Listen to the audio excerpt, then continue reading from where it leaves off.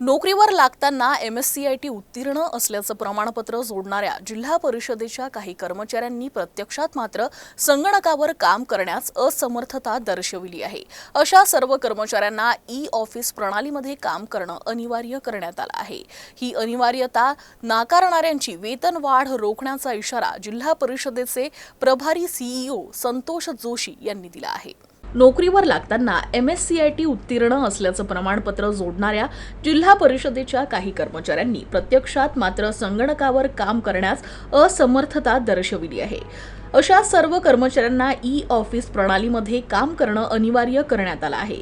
ही अनिवार्यता नाकारणाऱ्यांची वेतनवाढ रोखण्याचा इशारा जिल्हा परिषदेचे प्रभारी मुख्य कार्यकारी अधिकारी संतोष जोशी यांनी दिला आहे। CEO संतोष जोशी यांनी बुधवारी 29 मे रोजी हा आदेश पारित केला आहे। तो जुलै 2024 ची वेतनवाढ रोखण्यासाठी पात्र असल्याचं म्हटलं आहे।